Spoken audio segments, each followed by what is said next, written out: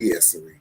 I am your host, Marlon Clyburn, and on today's show, we will be discussing the January 6th Commission hearing this past Tuesday. I wrote down some notes. I got a lot of video. Jump into it because we have a lot to cover.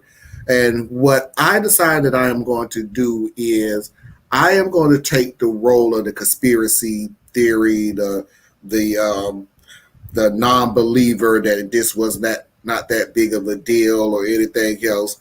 In other words, I'm going to be asking questions about the commission hearing yesterday and just run through a couple of things to show you how good or how bad you think the January 6th terrorist attack really was. Well, before I get to that, I want to make sure that everybody, please do not forget to like, share, and subscribe. That, among anything else, will really help me out to like, share, and subscribe. It really does. So, once again, like I said, we have a big show, so let's get right into it.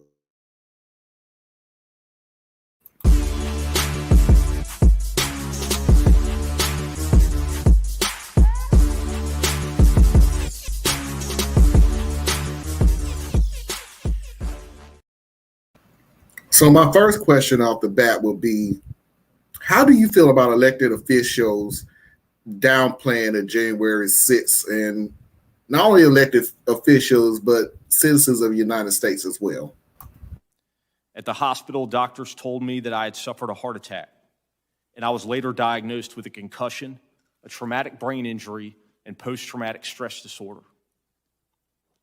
As my physical injuries gradually subsided and the adrenaline that had stayed with me for weeks waned, I've been left with the psychological trauma and the emotional anxiety of having survived such a horrific event. And my children continue to deal with the trauma of nearly losing their dad that day. What makes the struggle harder and more painful is to know so many of my fellow citizens, including so many of the people I put my life at risk to defend, are downplaying or outright denying what happened.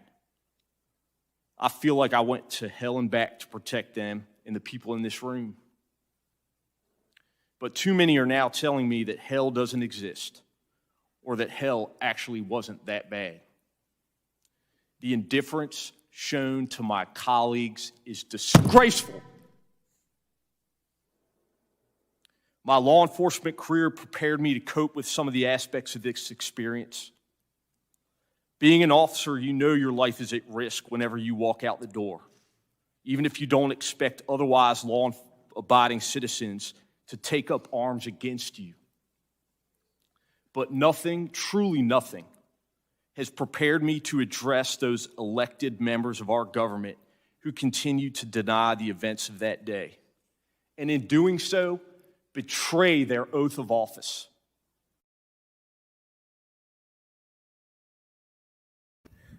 The equivalent of having a slap in your face for the fact that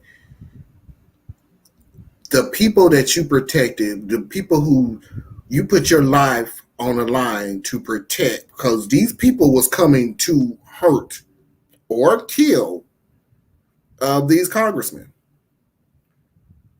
And now that it's over, now that you're safe, now that you're fine, now that there's no problem, they're downplaying it like it's not that big of a deal. Thank you for saving my life, but, whatever.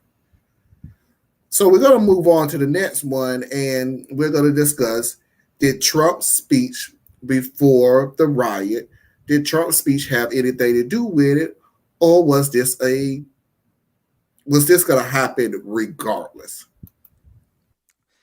There were a significant number of men dressed in tactical gear attending the gathering, wearing ballistic vests, helmets, goggles, military face masks, backpacks, and without identifiable visible law enforcement or military patches. They appeared to be prepared for much more than listening to politicians speak in a park. Two of my colleagues were approached by a group of 3 to 4 of such men. They were white men in good shape with load-bearing vests equipped with molly pouches. They were wearing BDUs or battle dress uniform pants, tactical boots, black sunglasses, and short haircuts. They had radios, and one was equipped with an earpiece. After a bit of small talk, one of them asked my colleague something to the effect of, "Is this all the manpower you have? Do you really think you're going to be able to stop all these people?" Dumbfounded, my colleague simply expressed they didn't understand what the speaker meant, and the group continued on. Now, I have several thoughts about that one. My first thought is, while the speech that Trump did right before the riot on the Capitol happened may have fueled others, what this officer has actually said is that this was going to happen regardless. That these people who came to the Capitol that day was armed to the T2. They was going to do this regardless of what Trump said. And I don't mean what I meant by what Trump says, I mean what Trump says that day. If Trump didn't even have a speech that day, if Trump never said anything on January 6th before then, these people was armed to the teeth to go do exactly what they said they was going to do. Hey, Holly. So my second thing that I want to talk about that is, and I have to throw a little racism in this, is it's really kind of hard for me to believe that if a black person during this situation would have walked up to an officer with, "Is this all that you have? Do you really think you're going to stop us?" I'm really pretty sure they're not going to look confused as in, "What do you mean by that? What are you trying to say?" I'm pretty sure there's going to be a little bit more digging, more the investigation, or why is this black person so concerned about what our manpower is, or so concerned about how you going to stop all of us. Even the question of what do you mean stop all of us from doing what? That's just a tad bit of racism in there. Like, you was not going to investigate what this guy just said. Like, why would you say that to somebody? There was not I don't understand why you're saying you was confused by a statement. If you was confused by a statement, then hey, what did you mean by, do you think you're going to stop all of us? Stop all of us from doing what? Who is all of us? Just simple investigative questions on something that, was strange, as he says, but they just let it go. So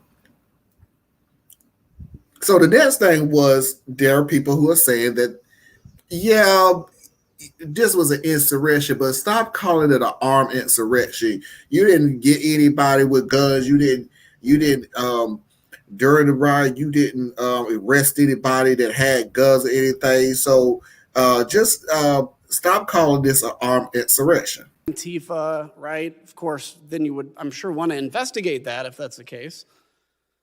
Now we've heard maybe the FBI actually started this, but one of the ones that has always held was that this was not an armed insurrection. Officer Dunn, you mentioned that those that stormed the Capitol were very well organized and trained, and let me ask you, and I'll ask actually to all four of you, and Officer Hodges, I know this was part of your job initially before you responded to the Capitol.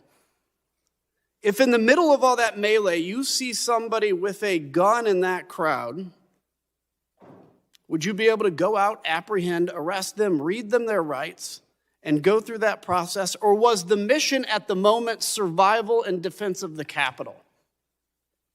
So I'm asking, is it possible that people maybe had guns, and we've seen that actually there were, but this idea that, well, people weren't arrested with guns, the time it was raw survival. I'll start with, we can just start on the left. Let me ask you, what's your response to that?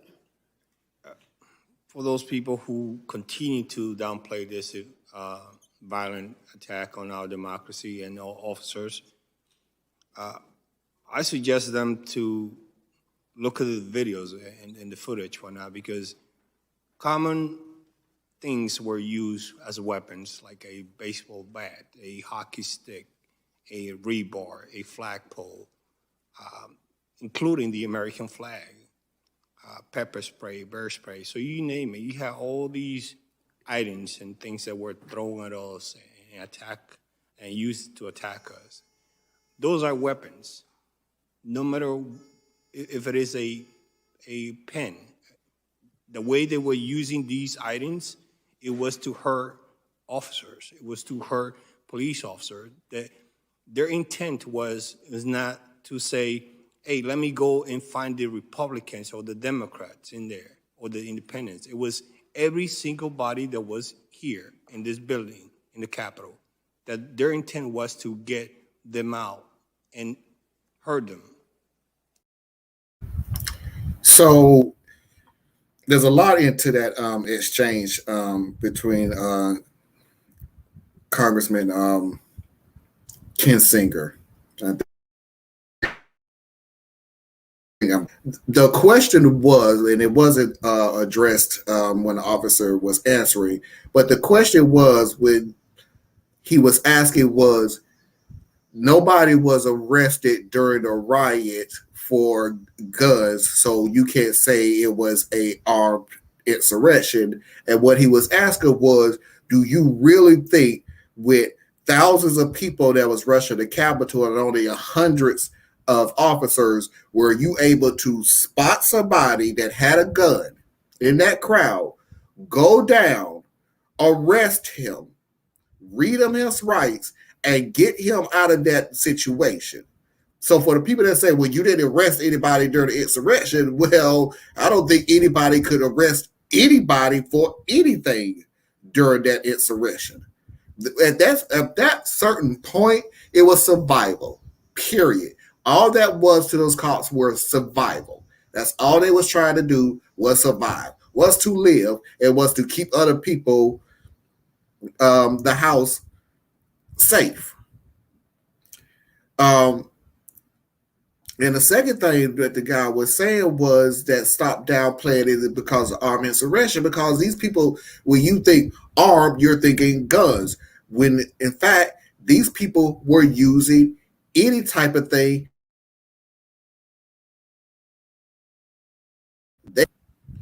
Sergeant Gannell, in the video, we just saw someone throw a large speaker. Was that directed your way? I was further inside. That was afterward, towards the end of before they got clear. When they threw the speaker at me, and I was further inside the tunnel. What types of weapons did you see used against your fellow officers?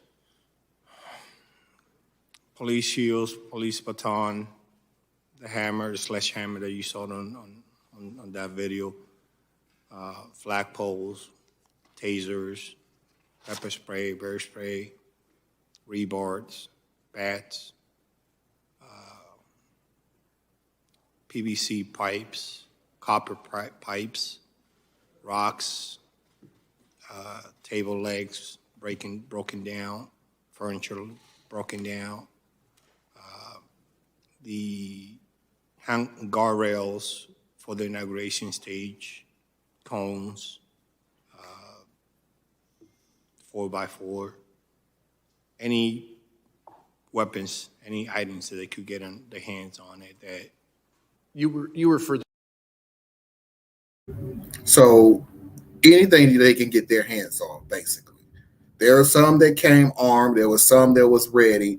But at a certain point, there are people who just pretty much picked up whatever it is they can get their hands on and use it as a weapon. I'm confused about the people with the hairspray, but that just pretty much proves that these people was going in there for sheer violence because they grabbed anything and everything they can possibly get their hands on, including a flagpole with the American flag that they love so much and so respect. And you better not disrespect the flag, but they're going to use it as a weapon to beat the crap out of these cops. So, who were these people that was attacking the Capitol?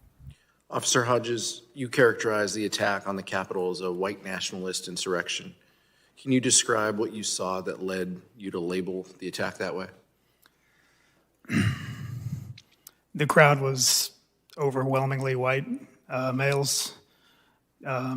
usually a little bit older, middle-aged, older, but some younger.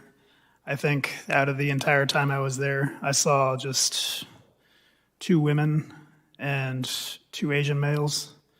Everyone else was white males.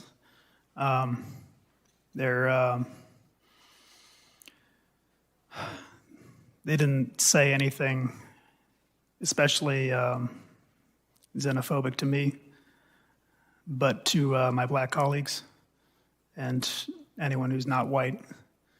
And some of them would try to recruit me. One of them came up to me and said, "Are you my brother?" There are many known organizations with ties to white supremacy who had a presence there. I know, like 3%ers, Oath Keepers, that kind of thing. And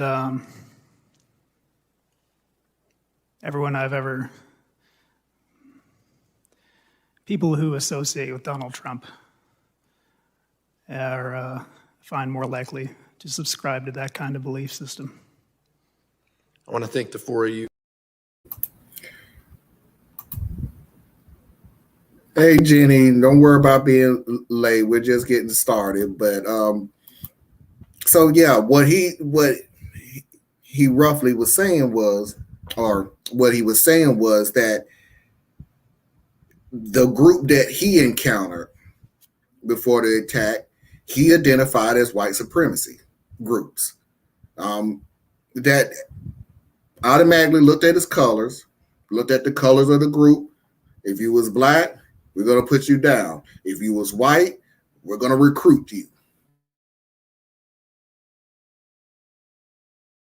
And the majority of white supremacy group condone, support Donald Trump. And to a fact, vice versa. White supremacy, Donald Trump support white supremacy group. White supremacy groups support Donald Trump. It is what it is. And this officer is saying, that's what I saw. That's who I identify these people as. So the other question that was thrown around was, and I made light about it because it was funny.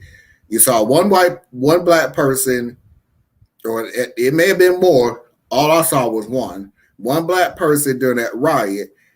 And the Fox News media, the conservatives and everything, oh, BLM. See a black person's BLM. Well, there's no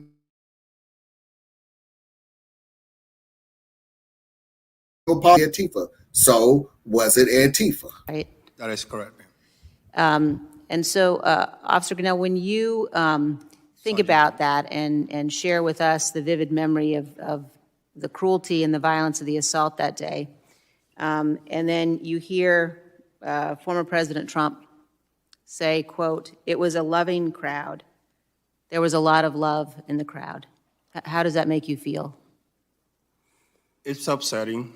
It's a pathetic excuse for his behavior, for something that he himself helped to create, this monstrosity. I'm still recovering from those hugs and kisses that day that he claimed that so many rioters, terrorists, were assaulting us that day. If that was hugs and kisses, then we should all go to his house and do the same thing to him. To me, it's insulting, it's demoralizing, because everything that we did was to prevent everyone in the Capitol from getting hurt. And what he was doing, instead of sending the military, instead of sending the support or telling his people, his supporter, to stop this nonsense, he egged them to continue fighting. I was in the Lower West Terrace fighting alongside these officers. And all of them were telling us, Trump sent us. Nobody else, there was nobody else. It was not Antifa. It was not Black Lives Matter. It was not the FBI. It was his supporter that he sent them over to the Capitol that day. And he could have done a lot of things. One of them was to tell them to stop. He talks about sacrifices, whatnot. The only thing that he has sacrificed is the institutions of the country and the country itself only for his ego, because he wants to continue. He wants the job, but he doesn't want to do the job. And that's a shame on him and himself. So it wasn't Antifa. It wasn't Black Lives Matter.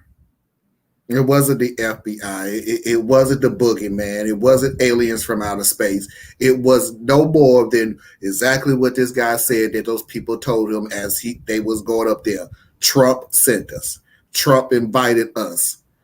There is a video of the guy, one of the cops trying to stop a rioter from coming into it, and he literally said, this is our house. Trump invited us in. This is our house. Trump invited us. Trump invited us. So it's not another group, and it's not anybody else other than the Trump supporters, which, again, majority of them was white supremacy groups.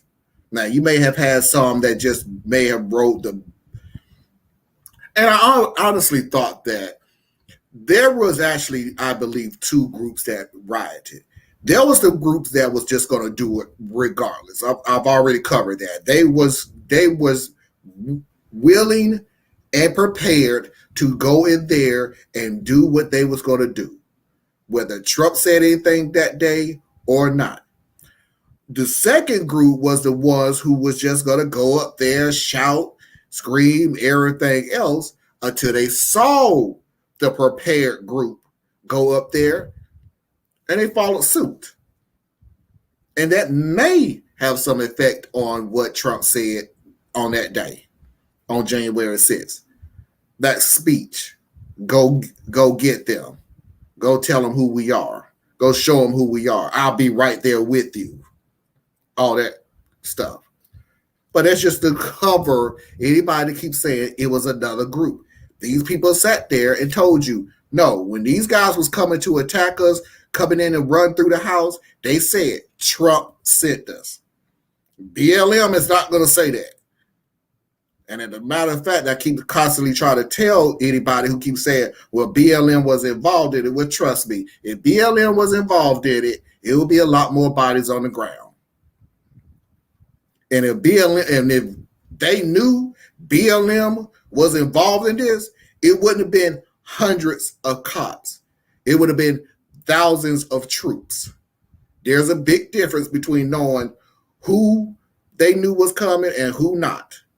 They was not prepared because it wasn't BLM.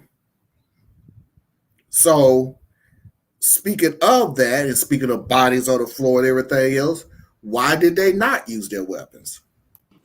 You talked about in response to Representative Cheney, you talked about the gear that the individuals were wearing. So combined with what you saw visually, with what you had heard on the radio about guns, that all kind of led you to give pause about the next few hours, correct? Absolutely. Once we got to the Capitol and and we were fighting, I was wondering, how many more bombs are there? What's the trigger? Is it going to be a cell phone? Is it on a timer? How many guns are there in this crowd? If we start firing, is that the signal to them to set off the explosives? However many there are in the city, is that the signal for them to break out their firearms and shoot back? So that's the reason, why I didn't shoot anyone, and I imagine why many others didn't, because, like I said before, there were over 9,000 of the terrorists out there with an unknown number of firearms, and a couple hundred of us, maybe. So we could not, if that turned into a firefight, we would have lost. And this was a fight we couldn't afford to lose. So I'm going to take his word on one thing, and I'm only going to take his word on one thing, is that they didn't know what would trigger bombs if there were more bombs in the city, and they knew there were bombs in the city.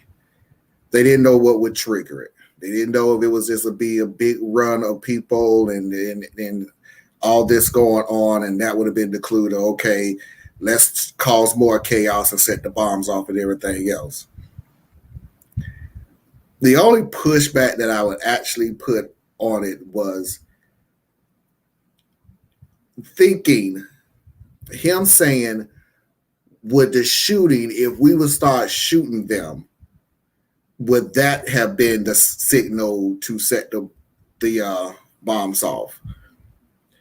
I take your word for it for the fact that that may have went through some law enforcement's mind. I'm more inclined to think that you didn't start shooting because your ass was outnumbered. And I'm not putting you down for saying that. I'm just saying that may have been literally the main reason why you didn't shoot into that crowd, because you knew that crowd was more armed than you. There were more people than you, and you was not going to win that fight. So I just think they was just outnumbered, outgunned, and there was no way in the world they was going to start a gunfight that they was not going to win. So the next thing was, and I can't wait for other people to start seeing the video because I've used the word several times. This was a terrorist attack. Those were terrorists. But were they terrorists? Officer Hodges, I read your testimony carefully. I hope every American reads your testimony.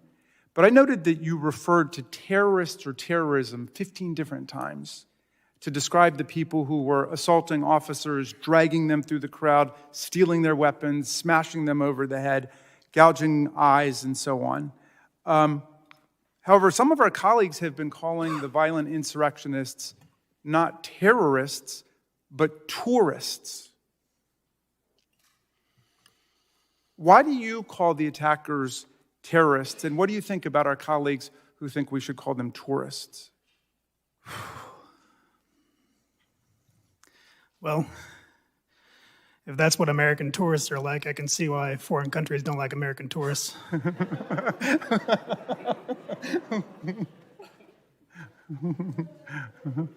But I can see why someone would take issue with the title of terrorist. It's gained a lot of notoriety in our vocabulary in the past few decades. And we like to believe that, no, that couldn't happen here. No domestic terrorism, no homegrown threats. But I came prepared. U.S. Code, Title 18, Part 1, Chapter 113, B as in Brown, Section 2331. The term domestic terrorism means activities that involve acts dangerous to human life that are a violation of the criminal laws of the United States or of any state, and B, appear to be intended to intimidate or coerce a civilian population, or to influence the policy of a government by intimidation or coercion, or to affect the conduct of a government by mass destruction, assassination, or kidnapping, and occur primarily within the territorial jurisdiction of the United States. So there's the definition. There's your definition. And try to explain to me how this group that terrorized the Capitol does not fit into that definition. They did exactly to a T what that definition said. That's what it sounds like, what he was saying to me. And I'm thinking, Jenny, that you're talking about them being outnumbered. And yeah, that's what it sounded like to me too. I'm not saying that they didn't, on second thought, maybe also if we shoot into the crowd, that would be the sign to set the bombs off. But I'm pretty sure the first thing that went through their mind was, holy hell, we're outnumbered, and I know these people have guns. So yeah, we're gonna die. We're gonna be killed. So let's not start something that we can't finish.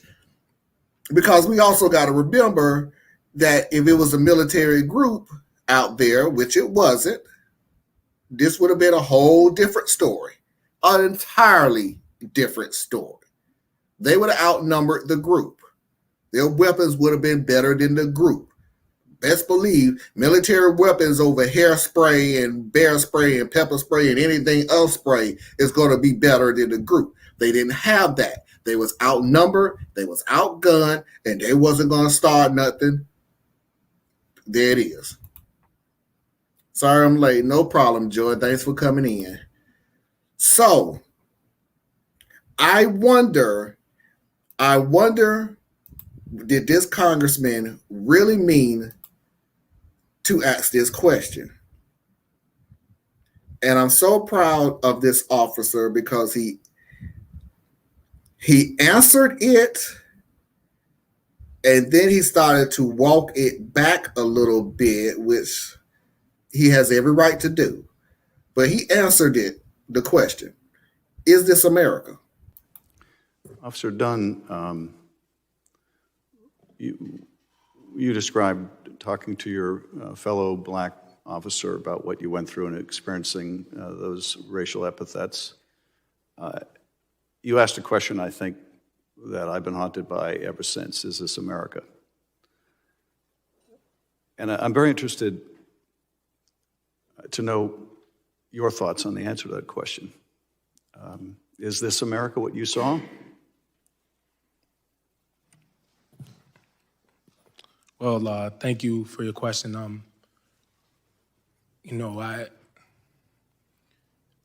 I said this, I've done a few interviews before about what my experiences that day, and I said that it was a war that we fought, and a war is composed of a bunch of different battles.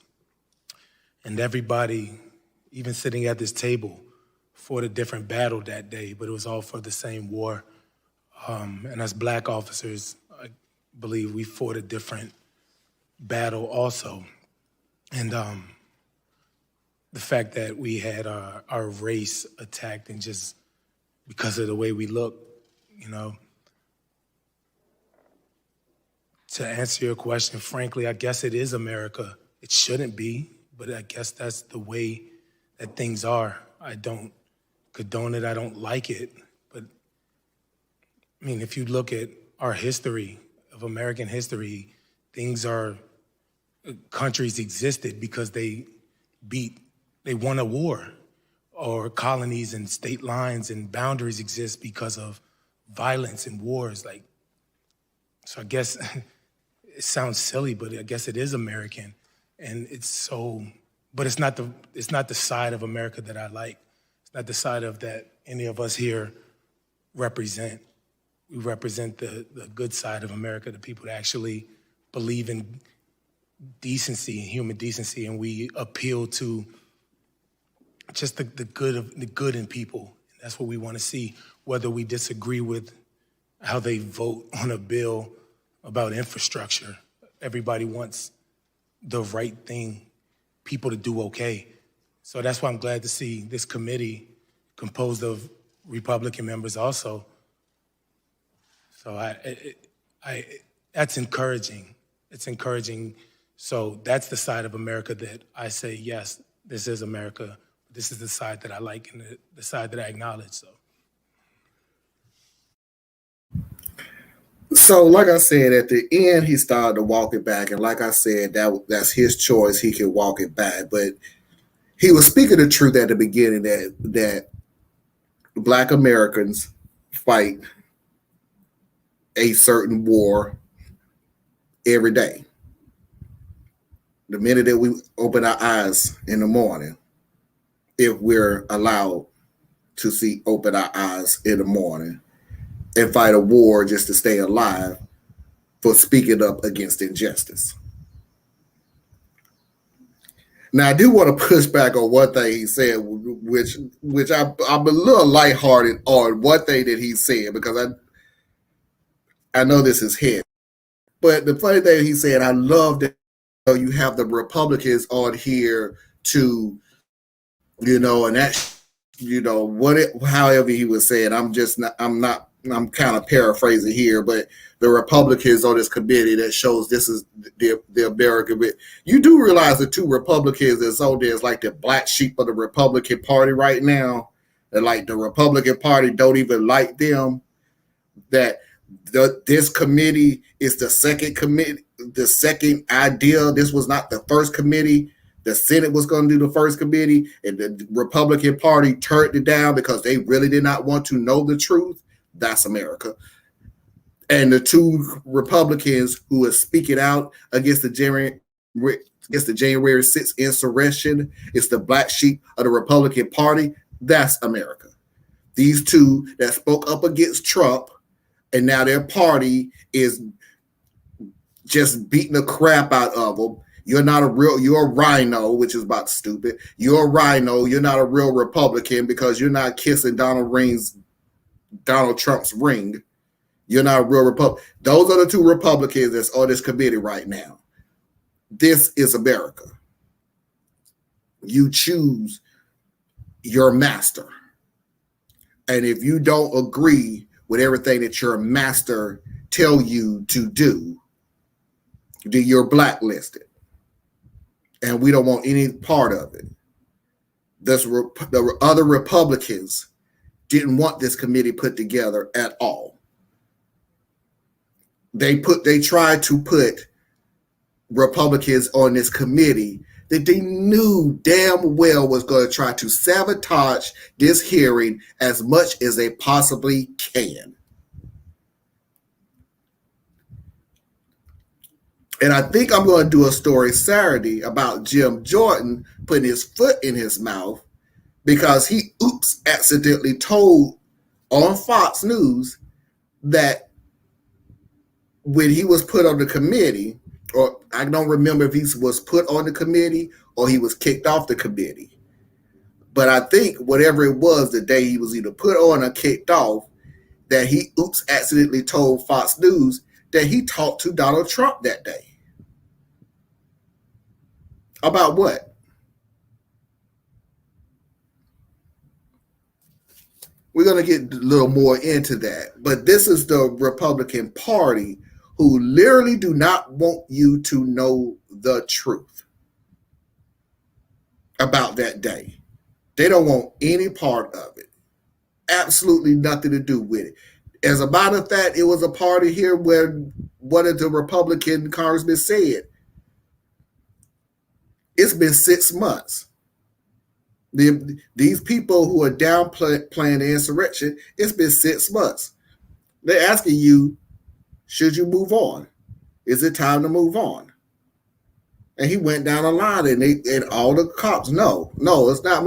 And one of the cops went into detail saying, we can't move on until we get to the bottom of this and make sure that something like this doesn't happen, because there's a phrase that's going around now.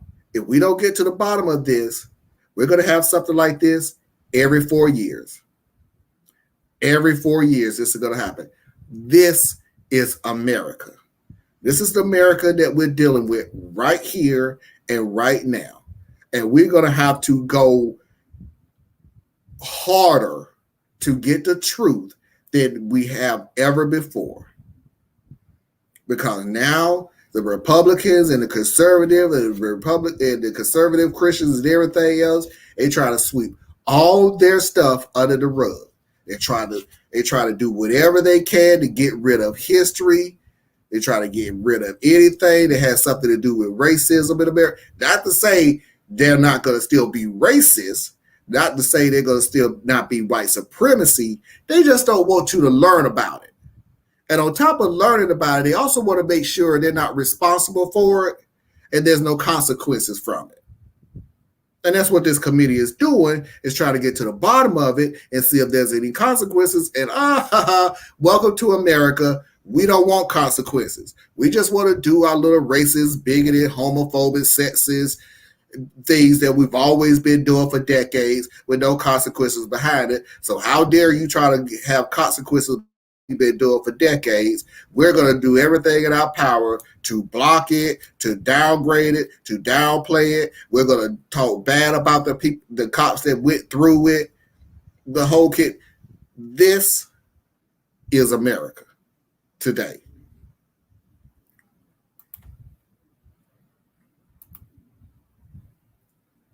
Yeah. Welcome to America.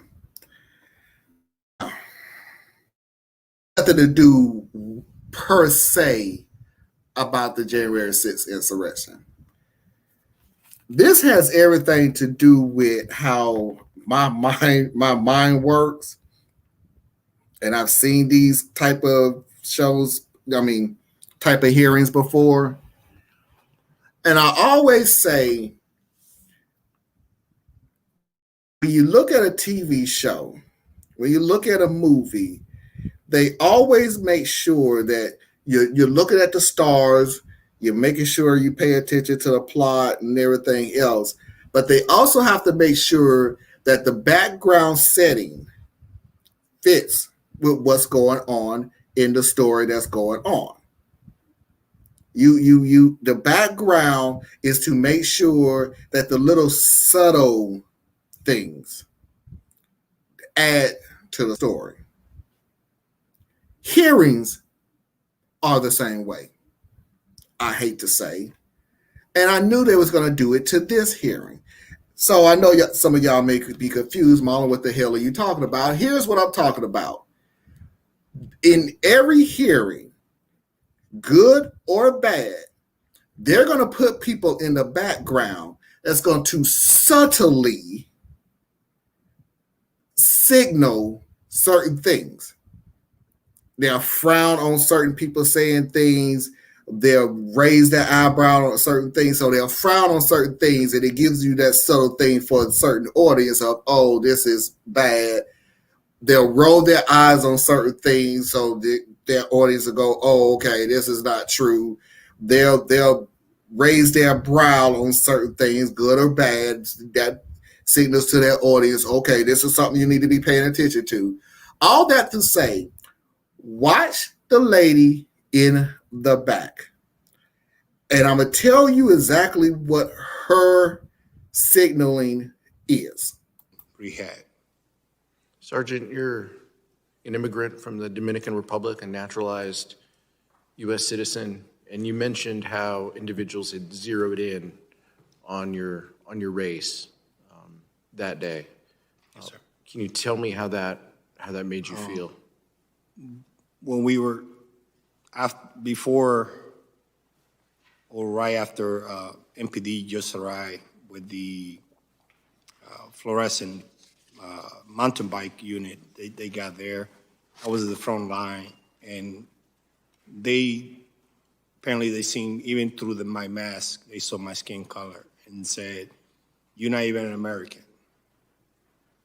Regardless whether I was in the military, they don't know that, but they yelling and saying all these things to me. I mean, when I heard that, I wasn't even thinking about any racial stuff. I'd be like, okay, you don't know that for a fact, so I'm not even entertaining that. But it's just like Officer Harry done. It takes time for you to process that, and you only realize what was happening after you go back and see it from a different point in time, because I only saw that recently. But for me, I wasn't even thinking about that. I'm there to stop them regardless. I'm not thinking what they were yelling in terms of my skin color or my race. And I know an American soldier and former soldier and a police officer. I didn't take that into account when I was defending all of you guys. So did y'all see what I saw? The minute that race got popped up into it, and that was the signal. I looked at her through the whole hearing because I always try to figure out, why is that one person sitting behind that one person? There's no other people around them. And why are you there? You're not reporting anything, because I didn't see her write a damn thing down. But I want you to pay attention. I'm going to play it again. It happens at the very beginning when they have the full wide scope of this officer. I want you to look at her eyes and tell me that she did not roll her eyes as soon as he started talking about them talk the bikers talked about his race. Rehab.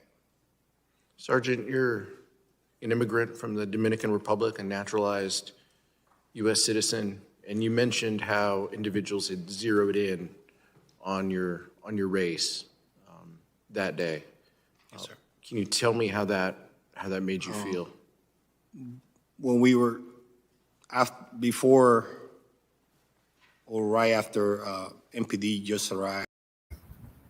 Right there. As soon as they say, hey, what was there racism, anything involved in there? And as soon as they put the camera on her, I mean, she didn't throw her head back like that, but hell, she was darn near 2 seconds away from doing that. So I don't even know why she didn't.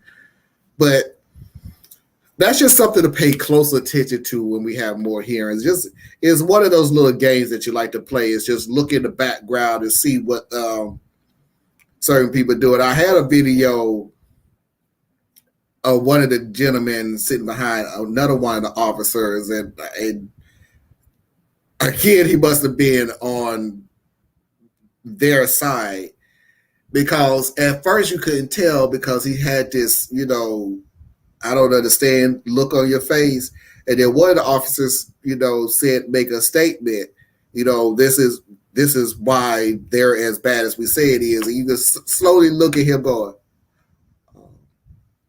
and I'm like, okay, we got one on each side here. It's going to be a nice little battle for TV. So, ladies and gentlemen, boys and girls, children of all ages, non-conforming individuals, that is my show for today. I do not have a Kim video of the week, so I will play 2 of them this Saturday. I just wanted to get this out. This is something that we really need to pay attention to, because that phrase that I said earlier in the show, I absolutely believe is 100% true. If we don't get to the bottom of what happened January 6th, and we just brush this under the rug, nothing comes of this, it's going to happen again. And I mean, the best case scenario or the worst case scenario, depending on how you see it, is they'll have more troops on the ground in 4 years. But that's not going to stop the people from coming. That's not going to stop them from thinking of better ways of getting through, better ways of stopping the election.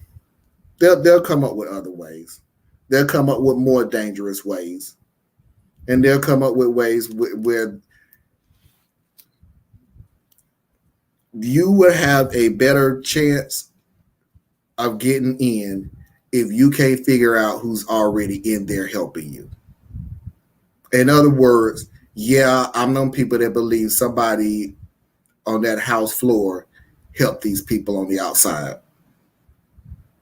And if we don't get to the bottom of it, there's nothing stopping them from doing it again and again and again every 4 years. If there's no accountability and you let this slide, it will happen again. Bottom line.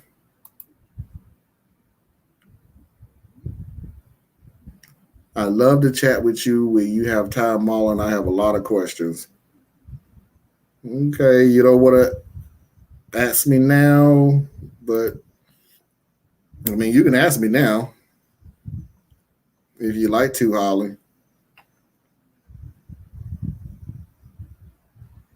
I was just going to get off because that was all my video, but you could ask it now, or you can instant message me and I'll answer the questions. So just let me know what you'd like to do before I get off.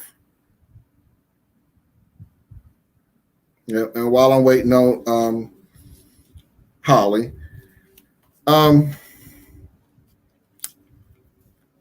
Saturday's show is going to be a little more lighthearted than this. Obviously, it's the Saturday show, but I'm going to give you a preview of exactly what I'm going to do. And I am going to show the video of Marjorie Taylor Greene. And I know I'm saying her name wrong because everybody keeps saying, no, that's not Marjorie Taylor Greene. That's Margarine and that's Trader Green and all that other stuff. But there's a video out, Marjorie Taylor Greene and, what's his name? The one being accused of being a pedophile, Matt Gaetz. Marjorie Taylor Greene, Matt Gaetz, and Goldberg, who during the hearing was outside of the Justice Department doing their miniature protest. And they got heckled, then they got chased. I'm going to leave it at that. The heckling was funny. The chase was funny.